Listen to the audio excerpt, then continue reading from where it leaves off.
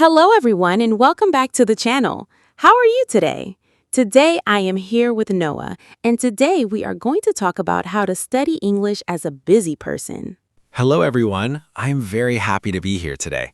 Let's start our conversation. Noah, are you a busy person? Yes, I am very busy every day. Me too. Many people are very busy these days.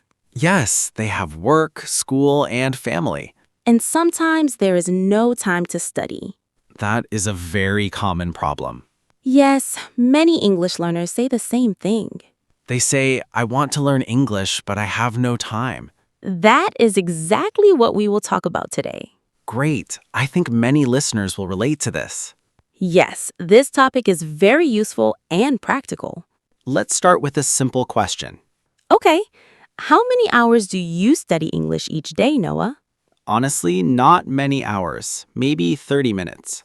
Oh, only 30 minutes? Yes, because I am very busy with work. That is very honest. Thank you for sharing. But I think 30 minutes is enough if you use it well. I agree completely. Quality is more important than quantity. Let's explain those two words. Good idea. Quality means how good something is. And quantity means how much of something there is. So quality over quantity means doing things well is better than doing a lot. That is a very useful life lesson, too. Yes, and not just for English learning. Let's give an example sentence. I study English for 30 minutes, but I focus completely. That is better than studying for 3 hours without focus. Exactly. Focus is very important. Let's talk about finding time in a busy day. Good idea. Where can busy people find time to study? The first place is the morning. Yes, early morning is very peaceful and quiet. Yes, before the day gets busy. Even 10 or 15 minutes in the morning helps. What do you do in the morning for English, Emma?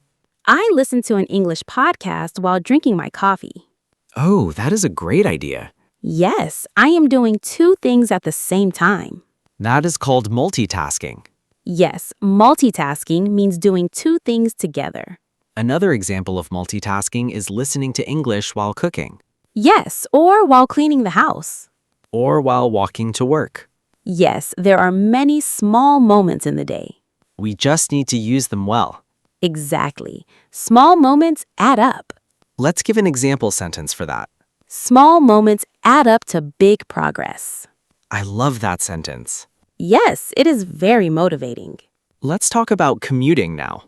Good idea. Many people spend time commuting every day. Commuting means traveling to work or school.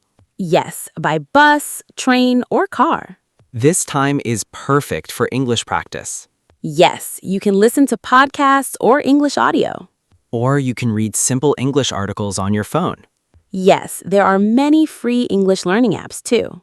That is very convenient for busy people.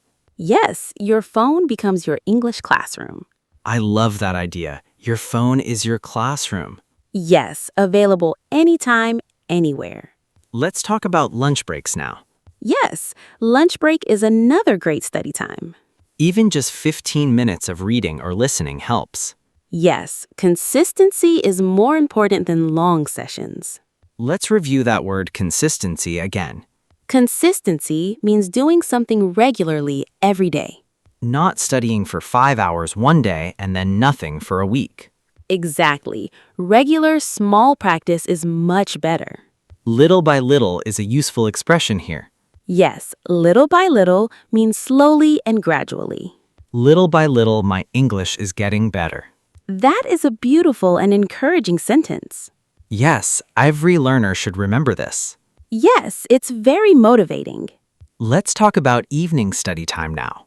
Yes, evenings are also a popular study time. But busy people are often tired in the evening. That is true. After a long day, studying is hard. So what should they do? Choose something easy and enjoyable. Suggesting watch an English series or movie with subtitles.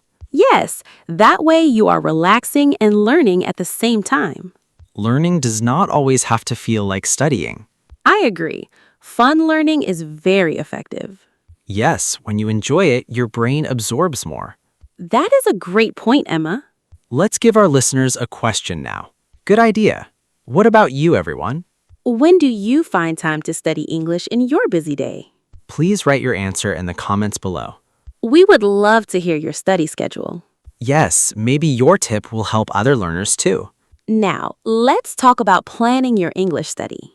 Yes, planning is very important for busy people. Realistically, without a plan, it is easy to forget to study. Yes, busy days go by very fast. So, make a simple study plan. It doesn't have to be complicated. Just decide when and what you will study. For example, Monday, listen to a podcast for 15 minutes. Tuesday, learn 5 new vocabulary words. Wednesday, watch one short English video. That is a very simple and manageable plan. Yes, anyone can do this even with a busy life. Now, let's learn some useful vocabulary now. Great idea. First word is schedule. A schedule is a plan for when to do things. I have a busy schedule today. Perfect example. Next word is routine. A routine is something you do regularly. My morning routine includes listening to English. Great sentence. Next word is habit. A habit is something you do automatically without thinking. Studying English every morning is my habit. Yes, the goal is to make English a habit. When it becomes a habit, it feels natural. And you do it without even thinking about it. That is the best stage of learning. I agree. Make English part of your daily life. Not something extra or separate. Yes, blend it into what you already do. That is very practical advice for busy people. Welcome back, everyone. Let's continue talking about studying English as a busy person. Yes, we have more great ideas to share. Let's talk about using social media for English learning. Oh, this is a great topic. Everyone uses social media. Yes, we spend a lot of time on our phones. So why not use that time for English? Exactly. Follow English learning accounts. Yes, there are many good accounts on Instagram and YouTube. They post short English tips every day. You learn while scrolling your phone. That is a very smart way to learn. Yes, turn your social media into a classroom. I love that idea. Me too. Learning can happen anywhere. Let's talk about setting small goals now. Yes, small goals are very important for busy people. Big goals can feel overwhelming. Yes, I want to be fluent in English is a big goal. It can feel very far away. So break it into small goals. For example, I will learn 10 new words this week. That is a clear and achievable goal. Yes, achievable means you can actually do it. I will watch one English video today. Yes, small goals give you small wins every day. And small wins keep you motivated. That is very important for long-term learning. Yes, motivation keeps you going. Let's talk about the word motivated now. Good idea. Motivated means feeling excited and ready to do something. I feel motivated to study English today. Yes, and the opposite is unmotivated or discouraged. I feel discouraged because I am not improving fast enough. That is a very common feeling for learners. But remember, progress takes time. Yes, be patient with yourself. Let's practice some irregular verbs now. Good idea. Let's use verbs related to studying. First verb is read. Past tense is read. Wait, they look the same. Yes, but they are pronounced differently. Present tense read sounds like read. Past tense read sounds like read. Oh, that is interesting and a little confusing. Yes, but once you know it, you will never forget. Yes, let's give example sentences. I read English articles every morning. Present tense. I read an English article yesterday. Past tense. Same spelling, different pronunciation. That is a very useful thing to know. Next verb is write. Past tense is wrote. I write notes in English every day. I wrote new vocabulary words yesterday. Good examples. Next verb is speak. Past tense is spoke. I speak English with my friend every week. I spoke English with my friend last week. Very good, Noah. These are useful verbs for learners. Yes, learners use these verbs a lot. Let's talk about pronunciation tips now. Good idea. Let's practice the word busy. Busy. B-U-S-Y. It sounds like busy, not busy. Yes, bu sounds like an I sound. Busy. Let's say it together. Slow and clear. Busy. Slow and clear. Busy. Good job. Let's try the word schedule. Schedule. schedule.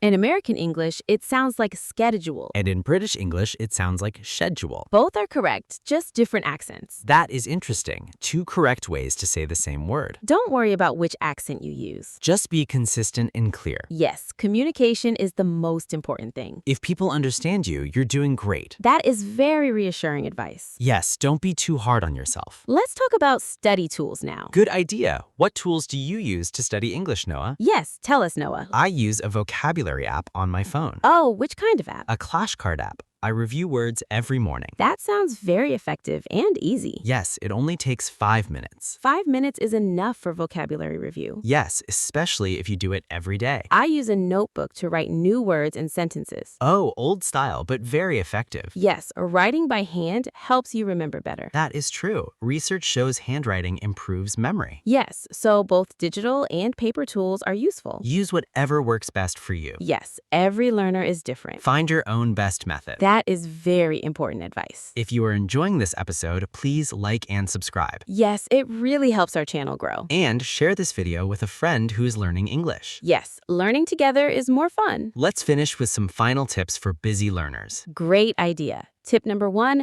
use every small moment. Yes, commute time, lunch break, morning coffee time. All these small moments add up. Yes, tip number 2, make a simple study plan. Even just 15 minutes a day is enough. Tip number 3, make English fun. Watch shows you enjoy in English. Listen to music you like in English. Read topics you're interested in. Tip number 4, be consistent. A little every day is better than a lot sometimes. Tip number 5, be patient and kind to yourself. Progress takes time. Trust the process. Yes, you are doing better than you think. That is a beautiful message for all our listeners. Yes, what about you, listeners? What is your best tip for studying English when you are busy? Please share it in the comments below. We read every single comment and love hearing from you. Today was a lot of fun. I enjoyed our conversation today. Thank you, everyone, for listening. See you in the next episode. Goodbye, everyone. Bye.